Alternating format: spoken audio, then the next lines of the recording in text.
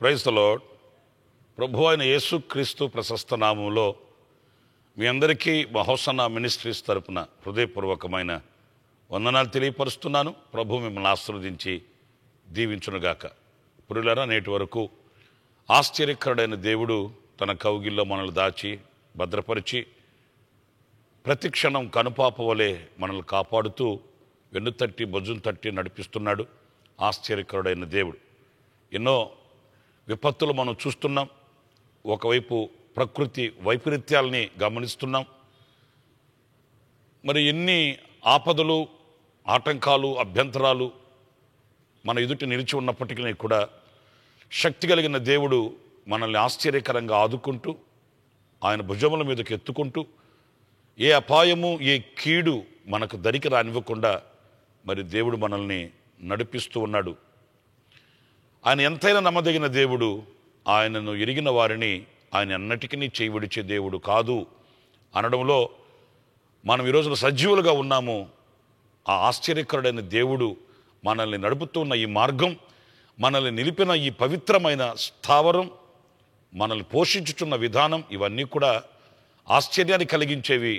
ఆయనకి కృతజ్ఞులమై మనం బ్రతకడానికి మనకు మేలుకొలుపు కలిగించేవి.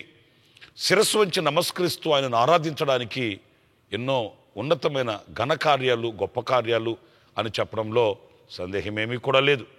ఈ దినం వరకు కూడా మనం సజీవులుగా ఉన్నాము. సజీవుడైన ప్రభుని ఈ రీతిగా ఆరాధించగలుగుతున్నాము, ఆయన వాక్యాన్ని స్మరించగలుగుతున్నాము అని అంటే శక్తి, భక్తి అని కాదు, కానీ కేవలం ఆయన కృప మన ఎడల నిక్షిప్తమై ఉంది. ఆ కృప చేతనే నేటి వరకు సజీవులమై సజీవుల దేశంలో సజీవుడైన ప్రభుని ఆరాధించే ఈ గొప్ప ధన్యత మనకు దొరికిందని చెప్పడంలో ఎలాంటి సందేహమేమీ కూడా లేదు. ఈ పూట కొద్ది నిమిషాలు మనం దేవుని వాక్యాన్ని ధ్యానిద్దాం. హెబ్రీ పత్రిక 3వ అధ్యాయం 1వ వాక్యంలో పరిశుద్ధుడైన పౌలు రాసిన శ్రేష్టమైన ఒక మాటని నేను చదివి వినిపిస్తాను. ఇందువలన పరలోక సంబంధమైన పిలుపులో పాలు పొందిన పరిశుద్ధ సహోదరులారా, మనము ఒప్పుకొనిన దానికి అపోస్తలుడును ప్రధాన యాజకుడునైన యేసు మీద లక్ష్యముంచుడి. ప్రియులారా, చూడండి, ఈ వాక్యంలో మనం గమనించవలసిన ఒక శ్రేష్టమైన అమూల్యమైన మాట ఏంటంటే యేసు మీద లక్ష్యముంచుడి అనే మాట. ఈ పూట మనం ధ్యానించినప్పుడు నిజమే మన యొక్క గురి, మన యొక్క గమ్యం, మన యొక్క ఏకాగ్రత అనేది చాలా ప్రాముఖ్యమైందండి. ఎందుకంటే లోకంలో ఎన్నో మనకు కనిపిస్తూ ఉంటాయి, ఎన్నో మనకు ఎదురవుతూ ఉంటాయి. ఎన్నో పరిస్థితుల్లో మనం చూస్తూ ఉన్నప్పుడు ఏదో మనకు నచ్చింది, మెచ్చింది అని వాటి వెమ్మట పరిగెత్తడం కాదు, కానీ మన యావత్ జీవితంలో ఒక గమ్యము, ఒక గురి, ఒక లక్ష్యం మనం కలిగి ఉండాలని పరిశుద్ధుడైన పౌలు ఈ హెబ్రీ పత్రికలో ఆయన వ్రాస్తున్న ఈ మాట ఈ పూట మనకు ఒక మేలుకొలుపును కలిగిస్తుంది. ఎందుకంటే ఈ రోజున ఒక గమ్యం లేని పరిస్థితుల్లో, లక్ష్యాన్ని కోల్పోయిన అనుభవాలలో అనేక మంది విశ్వాసయాత్ర కొనసాగుతుంది అనుకుంటూ భ్రమపడిపోతూ దాని వలన కలిగే ఆశీర్వాదానికి దూరం అవుతున్నటువంటి వ్యక్తుల్ని చాలామంది నేను చూస్తున్నామండి. ఎందుకంటే వాళ్ళ హృదయం ఆశించినట్లు, మనసు కోరుకున్నట్లుగా, వాళ్ళ తలంపులకు నచ్చి మెచ్చినట్లుగా పరుగులు తీస్తూ ఉన్నారు. దాని యొక్క గమ్యం ఏంటి, దాని యొక్క ప్రతిఫలం ఏంటి అని అంటే వారికి ఆవేదనగా ఉంటుంది, వారికి దుఃఖాన్ని కలిగిస్తుంది. అలసి సొలసి సొక్కిపోయిన అనుభవాలలో కోరిన రేవుకు చేరుకోలేని అభాగ్యులై ఆవేదనల మధ్యలోనే నిలిచిపోతున్నారు. ప్రియులారా, దేవుని వాక్యం దగ్గరికి మనం ఎప్పుడు వెళ్ళినప్పటికీ ఆ వాక్యం మనల్ని నడిపించే మార్గంలో మనం సమ్మతించి నడవగలగాలండి. వాక్యం ఒక విధంగా చెప్తుంటే, ప్రభు యొక్క వాక్యం మనల్ని ఒక విధంగా నడిపిస్తుంటే, మనం మరొక విధంగా నడిపించబడినప్పుడు వాక్య ఆశీర్వాదాన్ని మనం పొందుకోలేమనే విషయాన్ని మనం గుర్తించాలి. చూడండి, అధ్యాయాలు కొంతమంది వాక్యం చదువుతారు, దేవుని వాక్యాన్ని పఠిస్తారు. కానీ విచిత్రమైన సంగతి ఏంటంటే ఆ వాక్యం వీళ్ళని చేపట్టి వాక్యానుసారంగా నడిపించడానికి ఇష్టపడినప్పుడు వాక్యానుసారంగా నడవడానికి ఇష్టపడరండి. చదువుతారు, ఆదివారం చర్చికి వెళ్ళి దేవుని మందిరానికి వెళ్ళి వాక్యం వింటారు చదువుతారు, కానీ నడవడానికి ఇష్టపడని వ్యక్తిత్వం ఉంటుంది. ప్రియులారా, ఎప్పుడైనా కూడా మనం దేవుని వాక్యం దగ్గరికి మనం వెళితే వాక్యం మనకు నేర్పే అడుగులు మనం నేర్చుకోవాలి. వాక్యం మనల్ని నడిపించే మార్గంలోనికి మనం వెళ్ళగలగాలి. వాక్యానికి సమ్మతి అయిన మనసును తెలియపరచాలి. ఆనాడే వాక్య ఆశీర్వాదం, దేవుని దీవెన మనం అందుకోగలుగుతామనే విషయాన్ని మనం తప్పనిసరిగా గుర్తించాలి. ఇక్కడ యేసు మీద లక్ష్యం ఉంచుడి అంటే మన గురి, మన యొక్క లక్ష్యం, మన యొక్క దృష్టి కేవలం ఆయన మీదనే ఉంచాలి, ఆయన మీదనే ఉండాలి అనేది ఈ వాక్యంలో మనం నేర్చుకోవాలి. ఎందుకు నేను ప్రత్యేకంగా ఈ పూట ఈ మాట నేను నొక్కి 2-3 సార్లు చెప్తున్నాను అని అంటే, ఈరోజున అనేక మంది వ్యక్తుల మీదకి తమ దృష్టి వెళ్ళిపోతుంది, లేకపోతే అనవసరమైన కార్యక్రమాల వైపు వాళ్ళ దృష్టి వెళ్ళిపోతుంది, లేక కొంతమంది గనులైన వాళ్ళు, బలము కలిగిన వాళ్ళు ఎవరైనా ఉంటే వాళ్ళ మీదకి వాళ్ళ దృష్టి వెళ్ళిపోతుంది. వారిని లక్ష్యం ఉంచి, వారిని వెంబడించి, వారితో నడవాలన్న ఆశ, అభిలాష అనేక మంది ఈరోజున కలిగి వారికి కలిగిన ప్రత్యక్షతలోంచి వైదొలిగిపోతున్నారు. అందుకే ఈ హెబ్రీ పత్రికలో పరిశుద్ధులైన పౌలు ఎంత స్పష్టంగా చెప్తున్నాడంటే, మీరు ప్రభు అయిన యేసు క్రీస్తు మీద లక్ష్యం ఉంచండి, ఆయన మీద మీ గురి నిలిపండి. ఆయన మీద గురి నిలిపిన వ్యక్తి, ఆయన మీద లక్ష్యం ఉంచిన వ్యక్తి ఏనాడు కూడా అలజడులు పాలు కాడు, అవాంతరాల మధ్య, అభ్యంతరాల మధ్య నిలిచిపోడు. అతని విశ్వాసపు యాత్ర ఎలా ఉంటుంది అనంటే, వేసే ప్రతి అడుగు సఫలమవుతుంది, అతడు చేసే ప్రార్థన అంగీకరింపబడుతుంది, గొప్ప కార్యాలు చేతబట్టి ప్రభువుకి ఘనమైన గొప్ప సాక్షిగా అతడు నిలవగలుగుతాడు. ఎందుకంటే లేఖనాల్లో మనం చదువుతామండి, యేసు మీద లక్ష్యం ఉంచిన, ఆయన మీద గురి ఉంచినటువంటి మన విశ్వాస వీరులైనటువంటి పరిశుద్ధులైనటువంటి భక్తులు మనం గమనించినప్పుడు వాళ్ళని మరణం ఆపలేకపోయింది, అగ్ని వారిని ఆపలేకపోయింది, సింహాలు వంటి మృగాలు కూడా వారు ఎదుట మౌనంగా నిలిచిపోయాయి. విశ్వాస యాత్రలో ముందుకు వెళ్ళి విజయ పతాకం ఎగరేసినటువంటి ఆ ఘన విజయం మన విశ్వాస వీరులైన పరిశుద్ధులు మనకు కనపరిచారు. కనుక ఈ రోజున అనేకమైన లోక సంబంధమైన కార్యక్రమాలే కానివ్వండి, లేకపోతే లోకంలో కనబడే ఘనమైన బలమైన వ్యక్తులే కానివ్వండి, వారు కాదు మనకు లక్ష్యం. లేక లోక సంబంధమైన ఘనమైనవి, ఉన్నతమైనవి, లేక లోక సంబంధంగా మనకు మెప్పును కలిగించే విషయాలు అవి కాదు మనకు లక్ష్యం. నేను గొప్పవాడిని కావాలి, నేను ఉన్నతంగా ఉండాలి, నేను అనేకులు నా దగ్గరికి వచ్చి తల వంచేటట్లు ఉండాలి, దాని కొరకు ప్రయాసపడుతున్నాను, దాని కొరకు శ్రమిస్తున్నాను, దాని కొరకే నేను అహర్నిశలు ప్రార్థన చేస్తున్నాను. ఇవి కాదు మన లక్ష్యం. ఈ లోకంలో జీవించుచున్న దినములలో ఏ స్థితిలో ప్రభు మనల్ని ఉంచితే ఆ స్థితిలో మనము ఆయనను లక్ష్యంగా ఉంచుకోవాలి. ఆయనే మన గురి అయి ఉండాలి, ఆయన మీదనే మనం లక్ష్యం ఉంచాలి.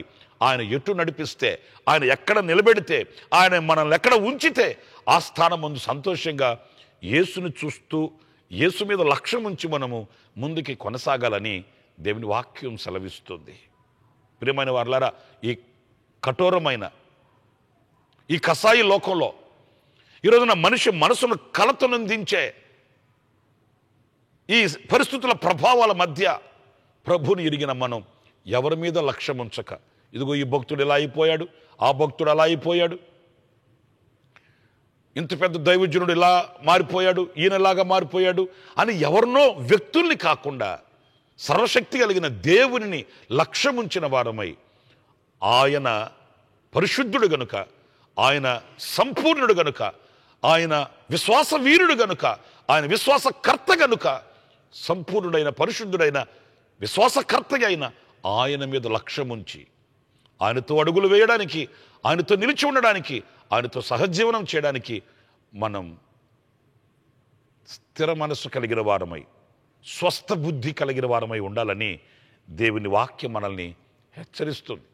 కనుక ఈ రోజున సోషల్ మీడియాను ఓపెన్ చేయండి, వార్తలు వినండి, లేక నలుగురు కూడిన చోట ఏం సంభాషించుకుంటున్నారు అని వినండి. ఆశ్చర్యకరమైనటువంటి విషయం ఏంటంటే, ఏదో ఒక వ్యక్తిని, ఏదో ఒక అనుభవాన్ని లక్ష్యం ఉంచుకొని విశ్వాస జీవితంలో ఏదో సాధించాలి, ఏదో మనం పొందుకోవాలన్న తాపత్రయం చాలా మందిలో కనిపిస్తుంది. అది మనకు క్షేమము కాదు. మన గురి, మన గమ్యం, మన లక్ష్యం ప్రభు అయిన యేసుక్రీస్తు అన్నప్పుడు ఆయన యందు లక్ష్యం ఉంచి మనము కొనసాగించబడవలసి వస్తుంది అనేది ఈ వాక్యంలో మనం నేర్చుకోవాలి. మొదటిది, మనం యేసు మీద లక్ష్యం ఉంచాలి. ఇంకొక రెండవ అనుభవాన్ని కూడా నేను మీకు తెలియపరుస్తాను. అది యోహాను సువార్త 17వ అధ్యాయం 4వ వాక్యంలోని మాటని నేను చదువుతాను, జాగ్రత్తగా వినండి. చేయుటకు నీవు నాకిచ్చిన పని నేను సంపూర్ణముగా నెరవేర్చి భూమి మీద నిన్ను మహిమపరిచితిని. ఇప్పుడు చూడండి, ఈ వాక్య భాగంలో ఒక వింతైన అనుభవం ఏంటంటే, చేయుటకు నీవు నాకిచ్చిన పని.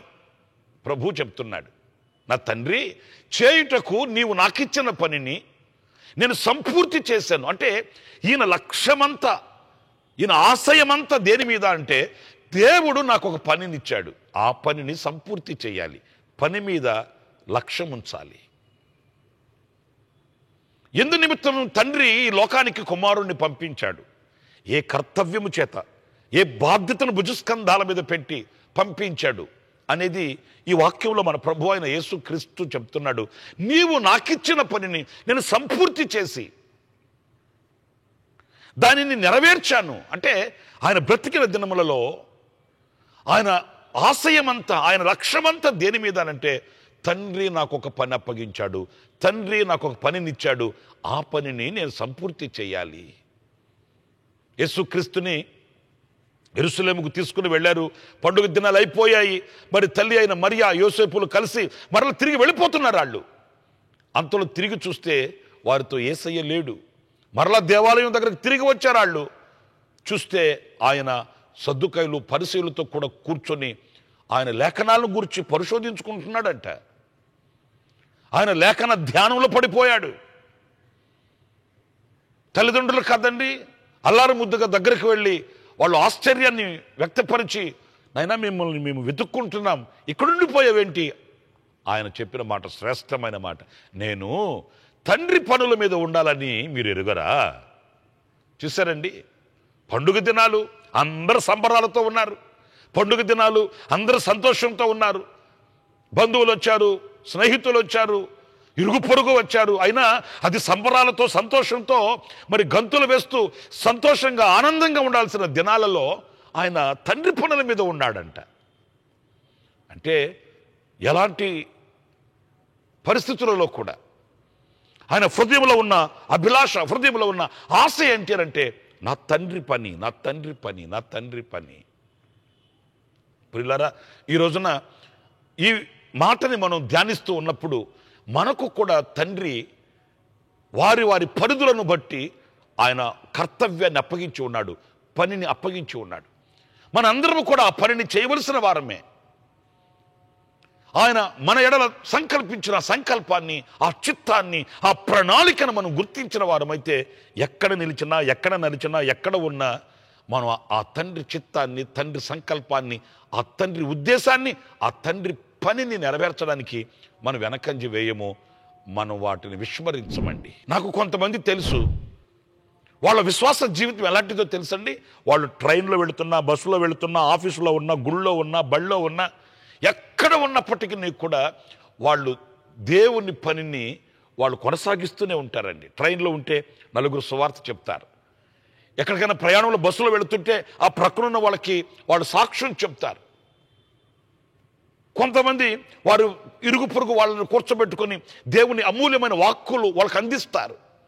ఎక్కడ నిలిచినప్పటికీ ఆ తండ్రి పనిని చేస్తూనే కనిపిస్తారు. కానీ ఏదో నాకు దేవుడు అన్నీ ఇచ్చాడు, అంతా ఇచ్చాడు, ఇక నాకు ఏంటి దేవునితో పని అన్నట్లుగా వాళ్ళు ఆ పనిని విస్మరించరు.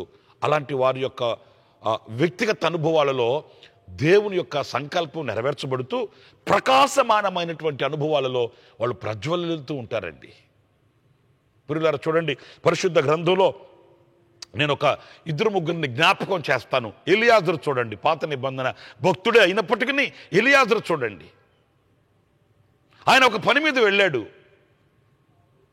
లాబాను ఇంటికి పిలిచి లోపల కూర్చుండబెట్టి ఆయనకి వారు భోజనం చేయమని చెప్తున్నప్పుడు ఆయన అన్నాడు, ముందు నేను వచ్చిన పనిని సంపూర్తి చేయండి, నేను వచ్చిన పని సంపూర్తి కానివ్వండి.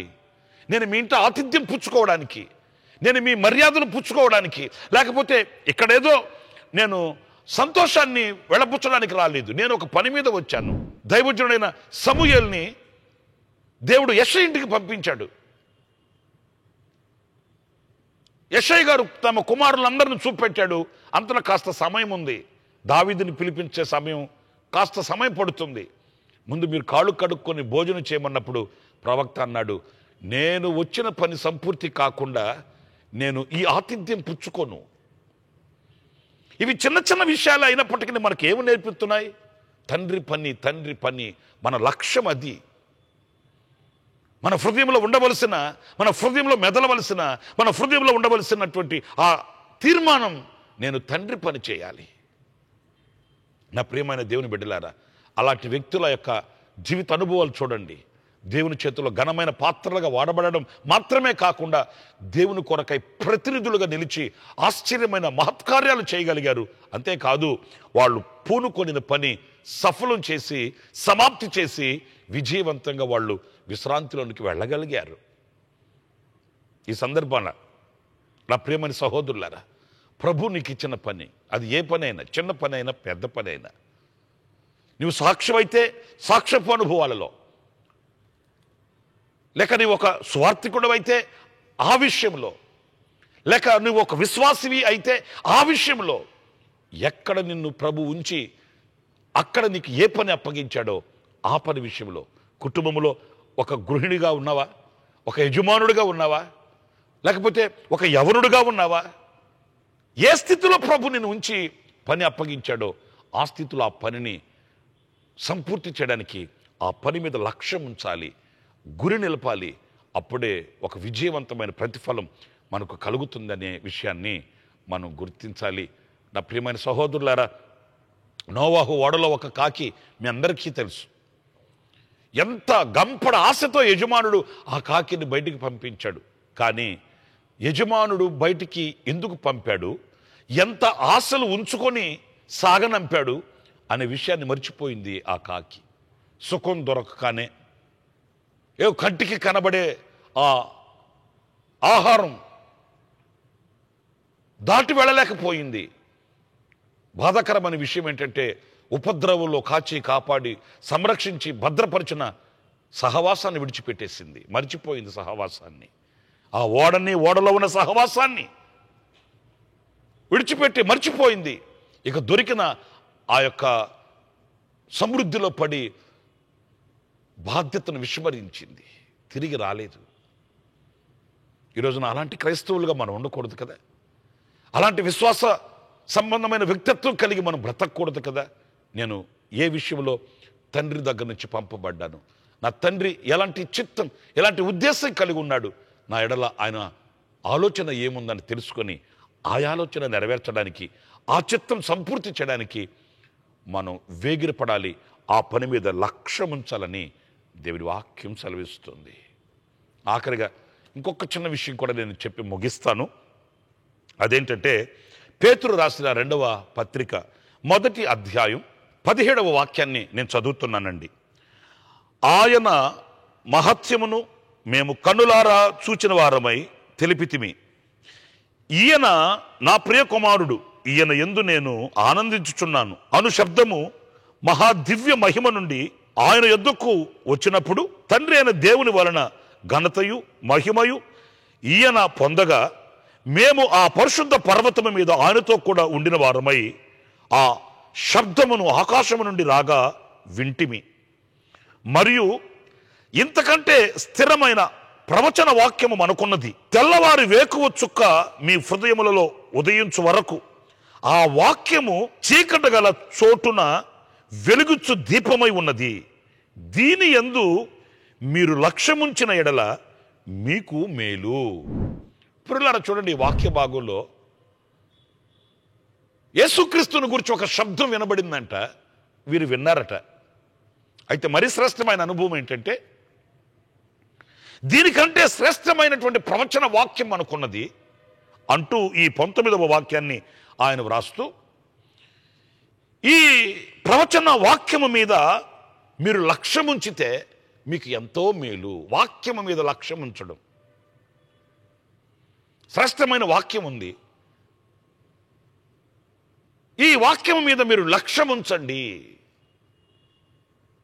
నిజమే, ఈరోజు నేను మొదట్లోనే చెప్పాను కదండి, వాక్యము విలువ మనకు తెలిస్తే, వాక్యము యొక్క ఘనత మనకు తెలిస్తే, వాక్యము యొక్క విశేషత మనకు తెలిస్తే, వాక్యాన్ని చదవకుండా, వాక్యాన్ని వినకుండా, వాక్యాన్ని ధ్యానించకుండా మనం ఉండలేమండి.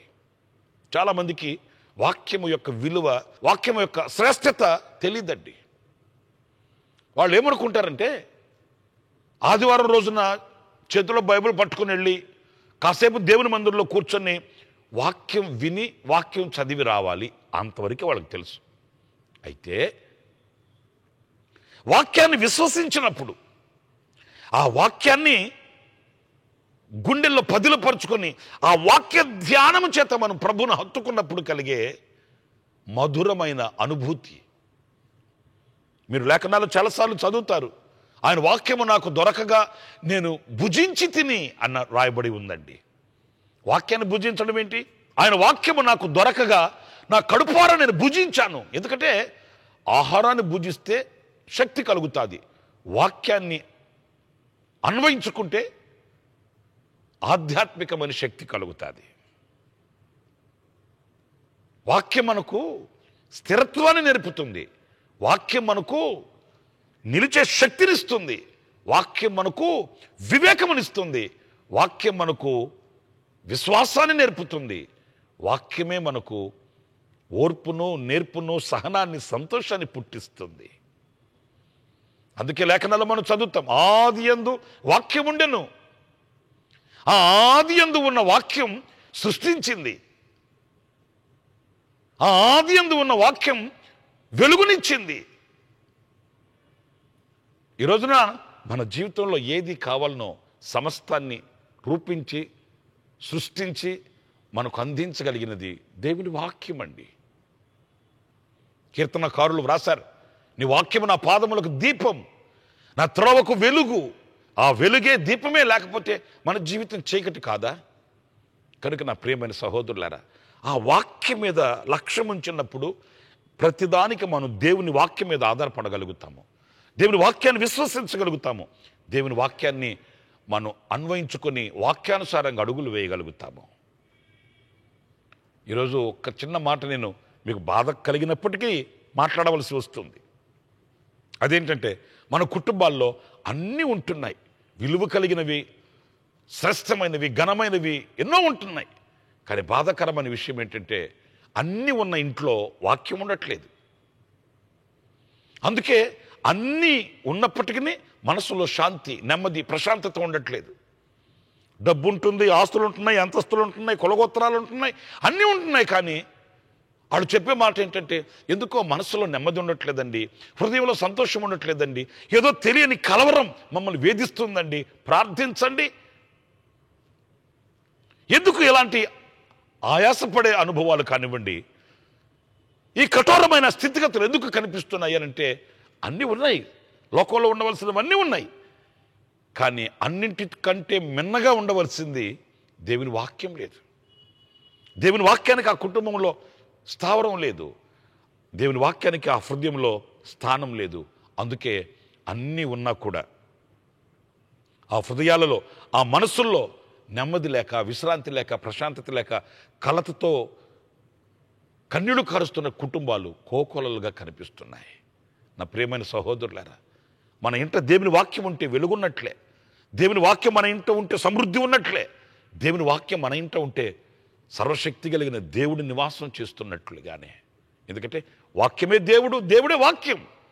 వాక్యం నీ ఇంట ఉండాలి, నీ హృదయంలో ఉండాలి, భాసికములుగా వాటిని కట్టుకోవాలి. నువ్వు నడిచినా నిలిచినా ఎక్కడ ఉన్నప్పటికీ వాక్యం మనతో, వాక్యం మనలో ఉన్నప్పుడు ఆ శ్రేష్టమైన దీవెన అది వర్ణనాతీతమై ఉంటుంది. ఇదిగో ఈ అనుదిన కృప అనే ఈ సందేశాలు మీకు ఎందుకు ప్రతిదినము ప్రతిదినము మీకు అందిస్తున్నాము. ఈ క్లుప్త సందేశాలని ఎందుకు మీకు చేరువ చేస్తున్నాము అనంటే, ప్రతిదినం ఈ వాక్య సందేశాలు మీ హృదయంలో ధ్యానపూర్వకంగా ఉండాలన్న దృక్పథంతోనే, అన్న ఆశతోనే మరి ఎంతవరకు మీరు వాక్యము మీద లక్ష్యం ఉంచి, వాక్యం మీద దృష్టి నిలిపి, ఆ వాక్యాన్ని గురిగా చేసుకుని నడిపించబడుతున్నారో నాకు తెలియదు. కానీ ఈ వాక్యం వింటున్న నా ప్రియమైన సహోదరుడా, సహోదరి, ఇంతవరకు నీ హృదయంలో వాక్యానికి తావు లేకపోతే, నీ నివాసంలో, నీ గృహంలో వాక్యానికి తావు లేకపోతే, ఇప్పటికైనా తీర్మానం చేసుకొని వాక్యం మీద లక్ష్యం ఉంచండి. వాక్య నెరవేర్పును ఆశించండి. వాక్యం చేత నేను నడిపించబడాలి, వాక్యానుసారంగా నేను నడిపించబడి బ్రతకాలని ఆశించి కోరికతో ప్రార్థన చేసుకోండి. నిశ్చయముగా నా దేవుడు మిమ్మల్ని ఆ రీతిగా నడిపిస్తాడు. వాక్య దీవెనలు మిమ్మల్ని ఆవరిస్తాయి. వాక్య ఆశీర్వాదం మిమ్మల్ని వెంబడిస్తుంది. మీరు నిలిచిన చోట ప్రభు కొరకై సాక్షిగా నిలబడగలుగుతారు. కీర్తనల మొదటి కీర్తనలను మనం చదువుతామండి. యెహోవా ధర్మశాస్త్రమునందు ఆనందించుచు దివారాత్రులు దాన్ని ధ్యానించువాడు ధన్యుడు, అతడు నీటి కాలంలో ఎవరైనా నాటబడిన చెట్టు వలె ఉంటాడు అని రాస్తూ, అతడు చేయునదంతయు సఫలమగును. ఎందుకు అతడు చేయునదంతయు సఫలమవుతుంది అంటే, అతనితో వాక్యం ఉంది, అతనిలో వాక్యం ఉంది. వాక్యంతో అతను నడిపించబడుతున్నాడు, వాక్యముతో అతడు బ్రతుకుతున్నాడు. ఆ వాక్యం అతడు చేయు కార్యములన్నీ సఫలం చేస్తుంది. మీ కార్యములను కూడా నా దేవుడు సఫలం చేయునుగాక. మీ హృదయ అభిలాషను నా దేవుడు ఆశీర్వదకరంగా ఆయన మలచునుగాక, మార్చునుగాక. మీ ప్రతి అడుగు కృపలో కృపలో కృపలో స్థిరపరచబడునుగాక. దేవుడి మాటలు మీ హృదయంలో పదిలపరచునుగాక. తీర్మానం చేసుకుందాం. తలల నుంచి కళ్ళు మూయండి. చిన్న ప్రార్థన. ఆశ్చర్యకరుడైన తండ్రి, జీవాధిపతి అయిన ప్రభువా, మీకు వందనాలు. నైనా మేము దేని మీద లక్ష్యం ఉంచాలి అనేది కొన్ని విషయాలు మేము ధ్యానించుకోవడానికి మీరు ఇచ్చిన చక్కటి అవకాశం కొరకానికి స్తోత్రాలు చెల్లిస్తున్నాను. ప్రథమముగా మీ యందు లక్ష్యం ఉంచాలని, రెండవది మీరు మాకు అనుగ్రహించిన పని మీద లక్ష్యం ఉంచాలని, మూడవది వాక్యము మీద లక్ష్యం ఉంచాలని నీ లేఖనాల నుంచి మేము ధ్యానిస్తూ వచ్చాము. ఆ రీతిగా మా హృదయాన్ని పదులుపరుచుకొని, మా హృదయాన్ని మలుచుకొని, మార్చుకొని నైనా మేము లక్ష్యము కలిగిన వారమై శ్రేష్టమైన ఈవులు పొందుకొని, మా హృదయ అభిలాష మీరు నెరవేర్చుచు ఉండగా నీ కొరకై పత్రికగా సాక్షిగా ఉండేటట్లు కృప చూపించమని మమ్మల్ని ఒక్కొక్కరిని మీ చేతులకు అప్పగించుకుంటున్నాము. ఈ దినమంతయు విశేషమైన మీ దీవెన మా మీద సమృద్ధిగా నైనా ఉంచండి. మా చేయి పట్టి నడిపించండి. మీ చిత్తం మాలో నెరవేర్చండి. మీ మహిమ కలిగినటువంటి రాజ్యమునకు మమ్మల్ని ఒక్కొక్కరు సిద్ధపరచమని మమ్మల్ని ఒక్కొక్కరు మీ చేతులకు సమర్పించుకుంటూ, ఎవరైతే కన్నీళ్లలో ఉన్నారో వారిని జ్ఞాపకం చేసుకోండి. ఎవరైతే ఆవేదనలలో ఉన్నారో వారిని జ్ఞాపకం చేసుకోండి. ఎవరు అనారోగ్యంతో ఉన్నారో వారిని జ్ఞాపకం చేసుకోండి. నా తండ్రి, ఎవరు ఏ ఏ పరిస్థితుల మధ్య మీ వైపు చేతులెత్తి కనులెత్తి ప్రార్థిస్తున్నారో వారి ప్రార్థన ఆలకించి ప్రత్యుత్తరం ఇచ్చి వారిని కూడా సాక్షిగా వాడుకున్నామని మీరు మాకు అనుగ్రహించిన శ్రేష్టమైన శుభ సమయం కొరకై శిరస్సు వంచి నమస్కరిస్తూ యేసు ప్రశస్త నామములో ప్రార్థన చేసి వేడుకొనుచున్నాను తండ్రి. Amen, amen, amen, amen. ప్రభు పేరట మీ అందరికీ వందనాలు. ప్రభు మిమ్మల్ని ఆశీర్వదించి దీవించునుగాక. ఈ దినమంతా విశేషమైన కృప నా దేవుడు సమృద్ధిగా మీకు అనుగ్రహించునుగాక. ఆమెన్. ప్రతి దినము ఈ అనుదిన కృపాను సందేశాల కొరకు, ఇంకా మరిన్ని ఆత్మ సంబంధమైన సందేశాల కొరకు ఈ మా యూట్యూబ్ ఛానల్ ని సబ్స్క్రైబ్ చేసుకోండి. Pastor Ramesh ministries.